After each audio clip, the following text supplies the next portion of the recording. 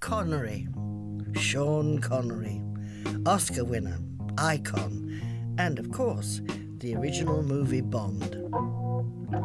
While Ian Fleming's creation was the product of Eton, Connery was a lorry driver's son who left school at 14 and drove a milk truck in his home city, Edinburgh. His pursuit of an acting career came after 3 years in the Navy and a period in varied jobs, such as artist model and a coffin polisher.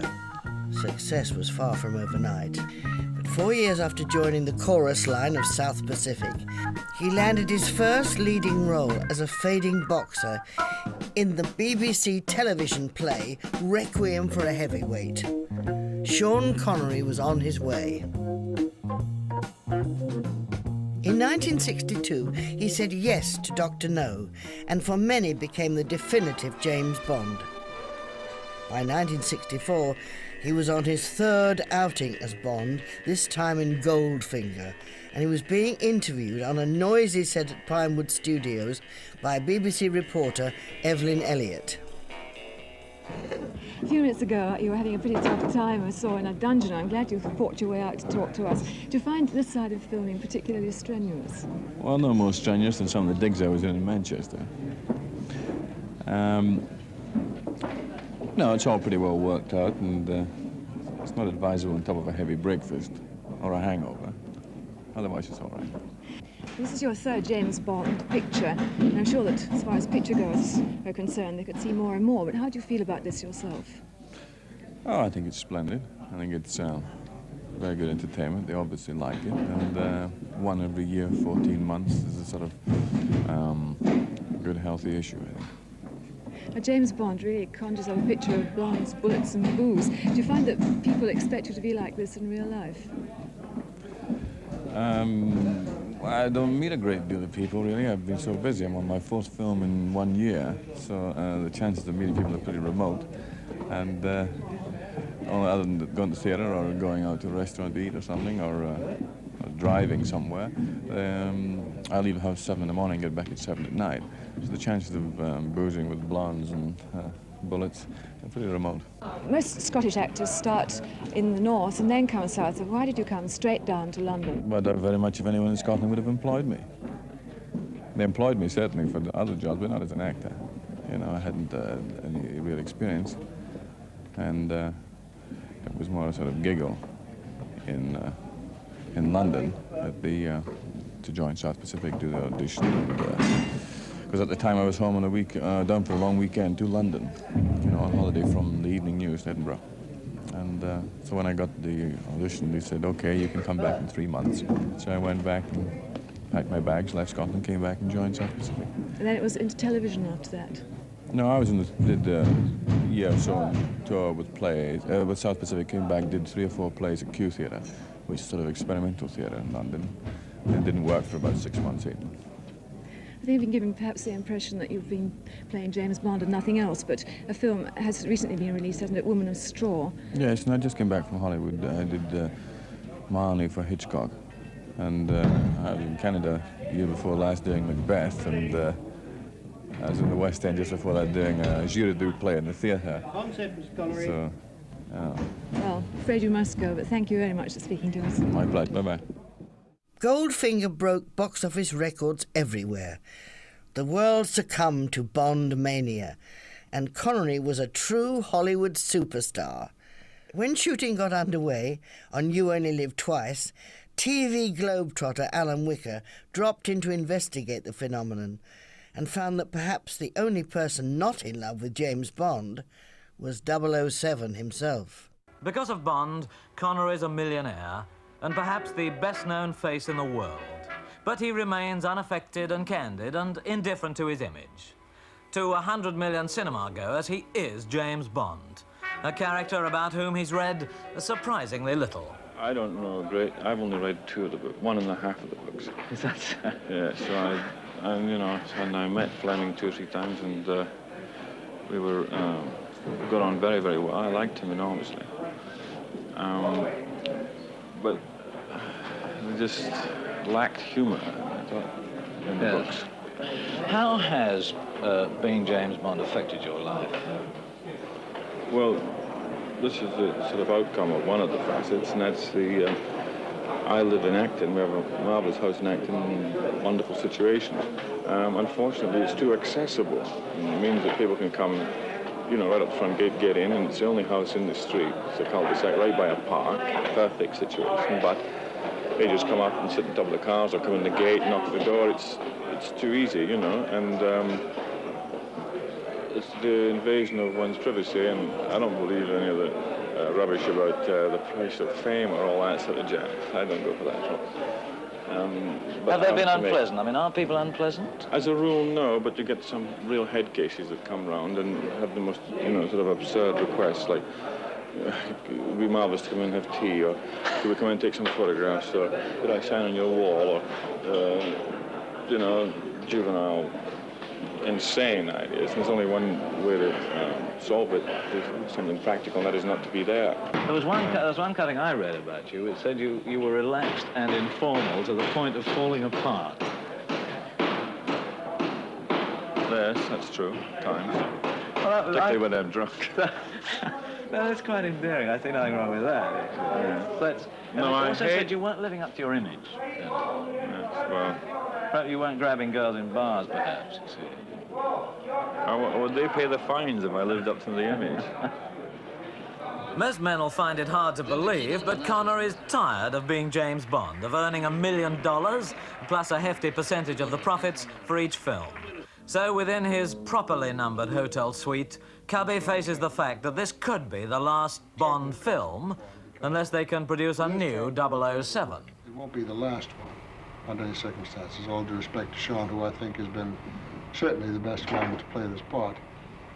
We will, in our own way, try to continue the Bond series for the audience, because it's too important. And if Sean doesn't want to do it, we can't force him to do it. If he doesn't agree with our arrangements or whatever it is, I can't say that he's wrong or right, and that's just up to him. You'd have a headache breaking in a new Bond, actually, wouldn't you, after 5?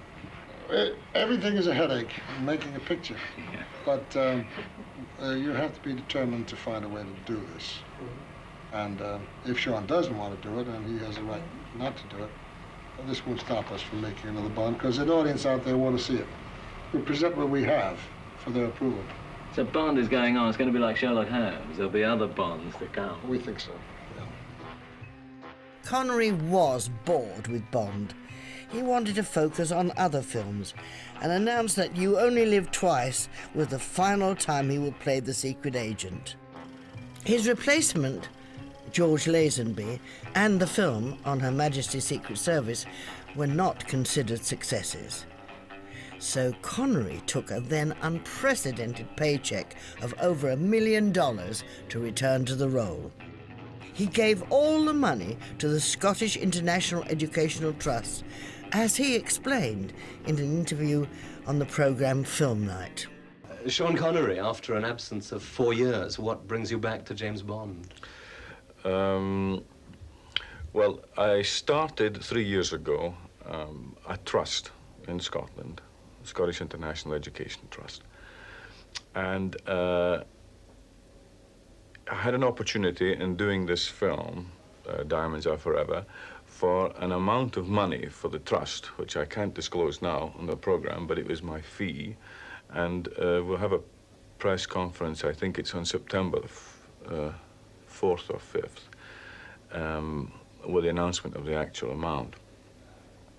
And with this, I could launch the trust with so much money that there could never be an excuse for it not succeeding, unless the people who were involved in it and the conception and ideas were wrong in the first place, which I don't think either are true. But is it purely a question of money and the control you can have over films, or do you still have some affection for Bond? Oh, yeah, I have no real dissatisfaction with the character as such. That would really be stupid. Although I had to take a week to make the decision myself whether I would do it again, only because after so many years, I don't know how many, because I have no memory for the past at all about time, dates. It was too long to be involved just doing that, and I didn't think I got a fair piece of the cake. You mean financially? Yes. It has in fact been 8 years since you first played Bond, and I wonder if in that time either the character or you have changed very much. Well, in 8 years, I'm sure I have. I would hope so. A great deal. 8 years, I'm 41 in August, I suppose, 33. Yes, I would think I had changed, yes. How about Bond? Has he changed in the way you play him? I suppose I'm a bit slower, not quite as fit. I hope that Guy Hamilton, the director, and myself, and with the assistance of Tom Mankiewicz, who's written the screenplay, which incidentally I think is probably the best one they've had, certainly construction-wise, for a beginning, a middle, and an end of a story. It's very good. It's a very good script. I hope it's got enough, I think that there's humour in it to do with the passage in time as well. Is it a very faithful script to Fleming's original novel? I have never read the novel. I don't know. I think that I only read about 3 of them. I read Thunderball, because that was the first one we were supposed to do, Live and Let Die, and From Russia with Love. Why have you not read the rest? I don't really know. I don't know. Is it fair to say that, with the one exception of The Hill, your films away from Bond have not been nearly as successful as the ones you've done as 007? I have just done another film, The Anderson Tapes, for which I've got the premiere in Scotland, which incidentally has never happened in the history of the cinema business before. It's a film I made for Columbia with Sidney Lumet, who directed The Hill. And when I wanted to take the film to Scotland for the premiere, they said, well, you can't do that. And I said, why? And they said, because it had never been done before, you know, which is very much in the vein of the thinking in this country. Anyway, we have got it. And this, incidentally, is a phenomenal success now in America from coast to coast, which is also exciting for the fact that I have the premiere for the Trust in Scotland.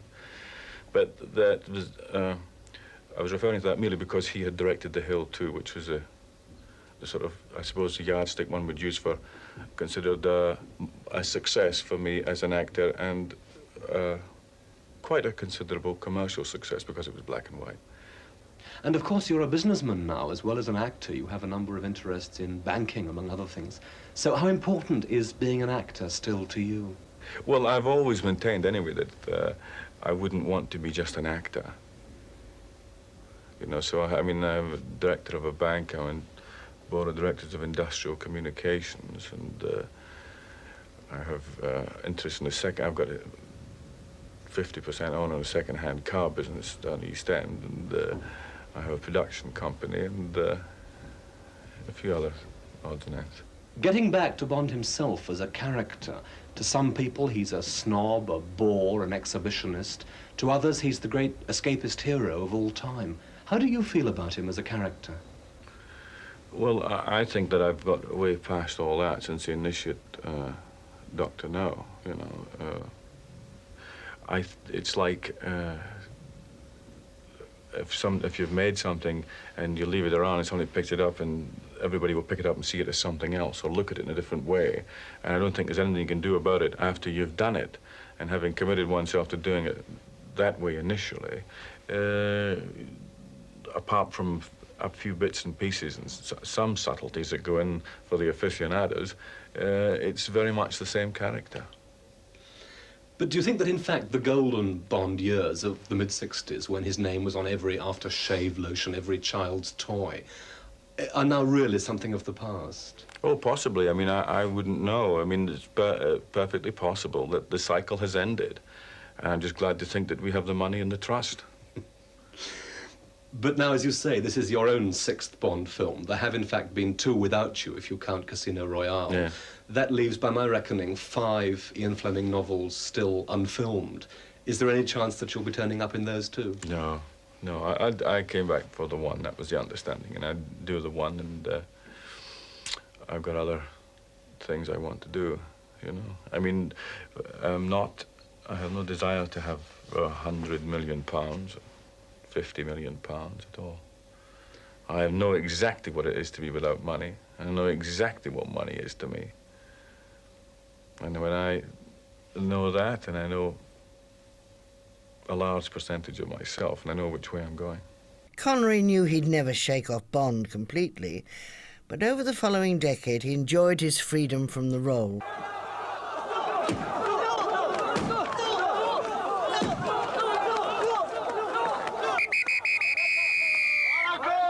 Well, was the shot no good then? Well, the mules don't go over the side. If that's what we're trying to do, nothing happened with the mules. Not a goddamn thing happens with the mules. Jim, you put them in a spot, I can get them in a tangle quicker than anybody. Any horse. Because they were all on the flat. I'll mess it up for you. One wasn't kind of high. John Huston had been planning this film for a very long time. His original idea was to have Clark Gable and Humphrey Bogart in the starring roles, but Bogart's death in 1957 brought the project to a temporary halt. If they're that far back, there are not all these many people right up here, you see. Nearly 20 years later, Huston at last found the stars to replace Bogey and Gable. In this picture, there's a minimum direction. Sean Connery and Michael Caine, they are the roles. The two parts are, I think, almost one person, actually. There is a tremendous relationship in the movie between Dravot, which is Sean Connery, and Carnahan, which is myself. See, when you read the short story, the thing that comes across, it's only 22 pages. But what comes across is they've interchanged, lifted, I think 50% of the dialogue is Kipling. Very difficult stuff to learn. Phraseology is quite different from, you know, modern metaphors. And Michael can take, he has parts that, in the short story of the dialogue, that Dravot has in the film. And yet it's still workable. Other popular successes in the 70s included Robin and Marion with Audrey Hepburn and The First Great Train Robbery. By now, Connery had developed a reputation as an actor who liked to get involved, taking no nonsense and making sure his opinions were taken seriously by directors. Bob! Hey, straight on up. Is it possible to go straight on? Go straight on, Bob. He's out the picture now, no? No. Was he out? Well, Yeah, he's got to be out. I guess Yeah. he was, behind the rock. Yeah, you're okay there. That's fine. Okay. I think I have perhaps a different concept from others in terms of what I think a film is about. I don't think that it's competitive in that sense, and I think that the better the contribution of all concerned, then the better the end product. I like enthusiasm. I loathe stupidity and incompetence, and the only thing that really works is attempting standards all the time. And the great pleasure, I think, is a unit of real pros who know what they're doing or know what they're trying to do. You know, they can make cock-ups and what have you, because enthusiasm breeds that. But that's totally acceptable in my book, and I think that's the real pleasure if you've worked with a real good unit of actors and actresses with good crew, and it's terrific. Like, say, the Great Train Robbery, I read in the script it was going to be this thing, you know, on the top of the train going out and back and along, and I thought, well, it's a very, very good trick, and, you know, it's integral part of the story. And but I must say, I didn't think that I'd end up doing it all. He told me afterward that he was running on the train. You know, I was mad, because if I had been there, he would never have run on the train. I think it was silly. Sean was always the way he is now. And I think Cruise immediately recognized that this is a man who has no side to him. He is what he is. He's, if you like, that sense of a man's man or a woman's woman, whatever that means. But he is not a facade. If he feels something, he'll say it, and he'll say it to you or me or the President of the United States. And that is a very comforting thing, I think, for film crews who are used to a lot of doublespeak. The men who work with you, the people who work with you, regard you as a professional who knows the job, who likes to be surrounded by people who know the job, who doesn't suffer fools gladly. The press view, certainly in those early days, was of a very prickly, truculent, boorish individual who at every point would, you know, really slam into them and just drive right through them. How do you reconcile these two images? Well, I give a little example of it, and I mean, I have to accept a part of it is true as well. If a mass of journalists come, and I'm talking about a mass, and they ask the same questions, it's very difficult to be genuinely stimulated or interested by the same question the 11th time. Eh? Do you regret giving up Bond as a character? I mean, that's the essential question. No, I never. How do you feel the Bond character's developed since you left him? Are you suggesting that sometime in the future you might go back and do Bond again? So if you wanted to go back and make another Bond movie, you could go and do so. Is that Oh, yeah. Despite experiences like that, Connery caused a sensation in 1983 when he revealed he'd play James Bond one more time, on his own terms, in Never Say Never Again. Sean, can we begin by backtracking a bit and go over the old ground? Why did you stop playing Bond? Oh, backtracking. It's a long way back. Well, I stopped mainly because the films escalated, got longer and longer, became more and more difficult to legislate in time. They got more and more hardware, and the producers were frightfully greedy. All that being so, what made you come back again? Well, it's another sort of convoluted story. I was in Almeria finishing The Wind and the Lion, and Kevin McClory said, came to see me. Kevin was the one who'd won the lawsuit against Fleming originally to have the rights to do Thunderball. And he said that after 10 years, the rights reverted back to him, and he knew I wasn't interested in playing the part, but would I consider writing a screenplay with Len Dayton? And that appealed to me, so I said, sure. I worked with Len over a period of, I don't know, 4 months, 6 months nearly. And the script was coming rather well. And I was discussing it with my wife, and she said, well, if it's going so well, why don't you play the part? And coming from her, I gave it more thought than I normally would have done, I suppose. And it seemed quite a good idea after all these years. This is, I think, maybe 3 years ago. Right? I'm no good at memory in times of the past, but about then. And the moment I said, yeah, okay, I'll do it, there was a terrific furore with lawyers and what have you, because obviously there's a great deal of money involved. And that always... How did you come up with this new title? Is it true that it comes about because you once said about Bond, never again? It was my wife that came up with it. She came up with Never Say Never Again.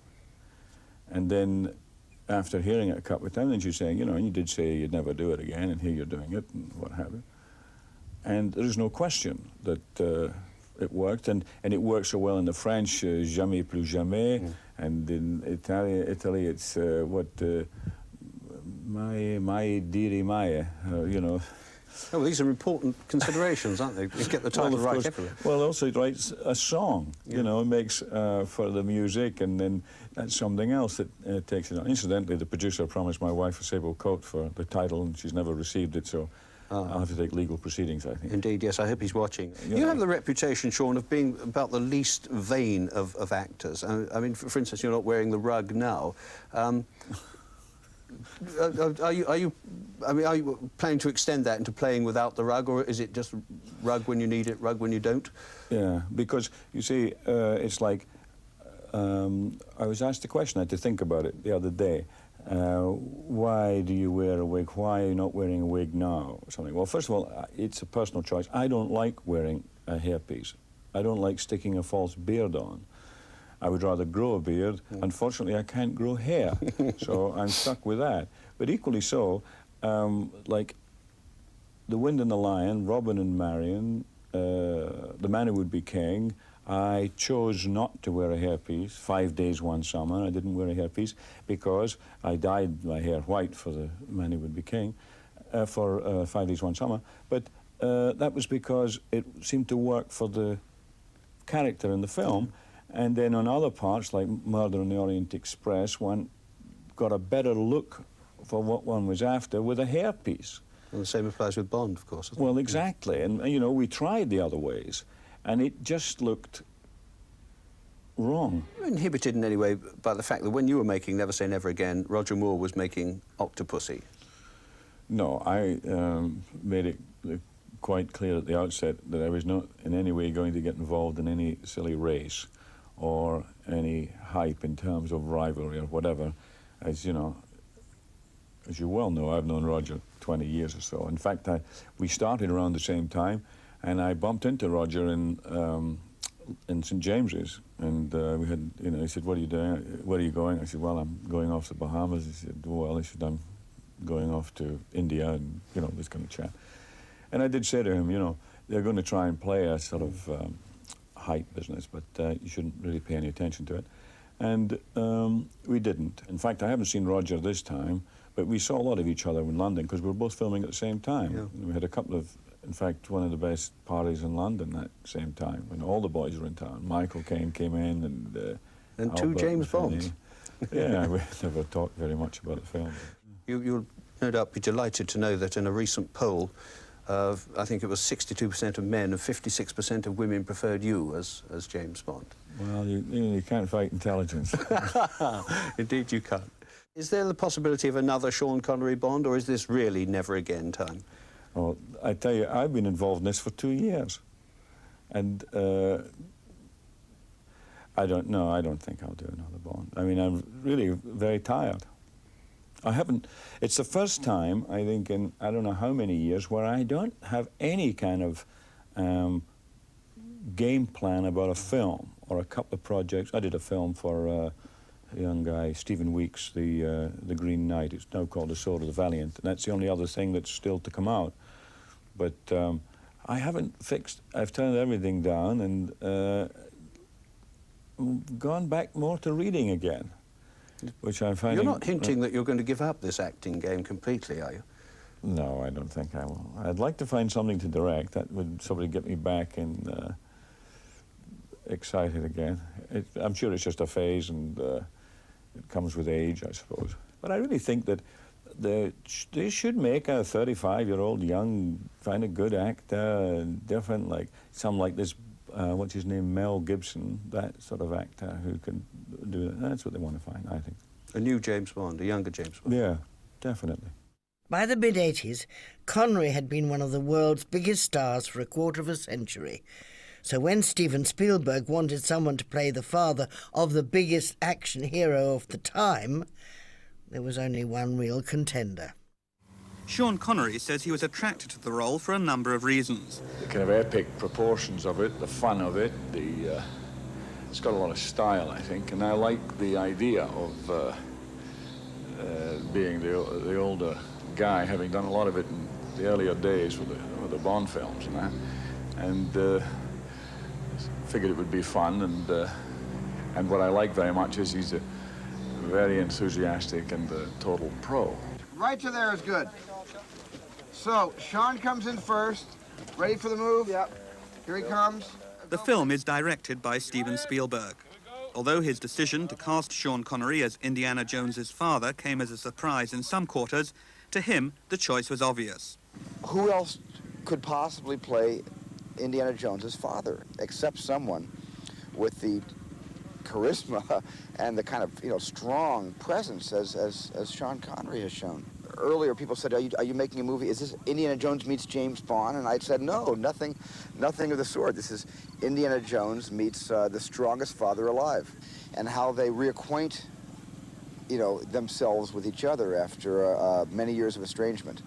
When asked about his advancing years, Connery once said, "Some age, others mature." Henry Jones was just one of the older, wiser roles that Connery took at this time, most notably in The Untouchables, for which he won 1987's Best Supporting Actor Oscar. He discusses that film and some others from across his career in the programme Scene by Scene, which starts with a look at one of his earliest films, Darby O'Gill and the Little People. Sean, how often do you do this, sit on a Saturday afternoon and watch your own movies?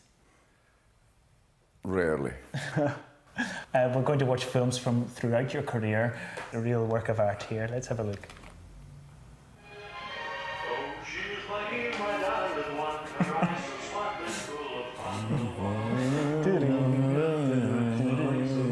Tell me about your character in The Untouchables. Jimmy Malone.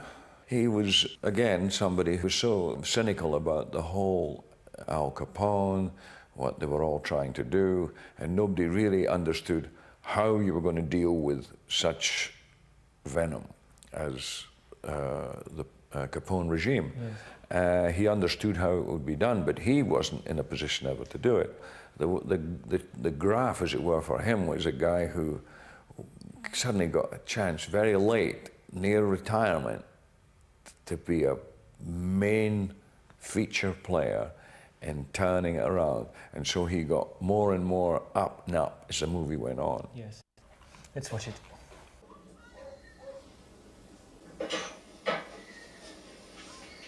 What do you want? I'd like to talk. Which of those two men do you identify more with? You've said in several interviews that you're enthusiasts, you know, and Cosner Ness is nothing if not that. He's such a zealous idealist. Well, that's true, but yeah, and that's why I liked Kevin's playing of it and everything, and I thought they were very unfair in the criticism of his performance in the movie. But you say, which person do I prefer of the two? If which of those two men could save the world most? Which quality do we need most? Do we need idealism or do we need experience? No, you need experience. There were some more big movies to come, but the role that Connery has recently taken most seriously is that of the champion of independence for his beloved Scotland. It was claimed that his backing of the Scottish National Party delayed him getting a knighthood, but that honour eventually, inevitably, came in the year 2000.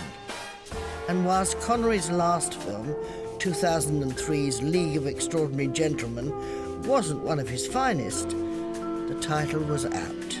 If anyone deserves the title extraordinary, then surely Sean Connery does. A great actor, a great success story, and a truly great Scot.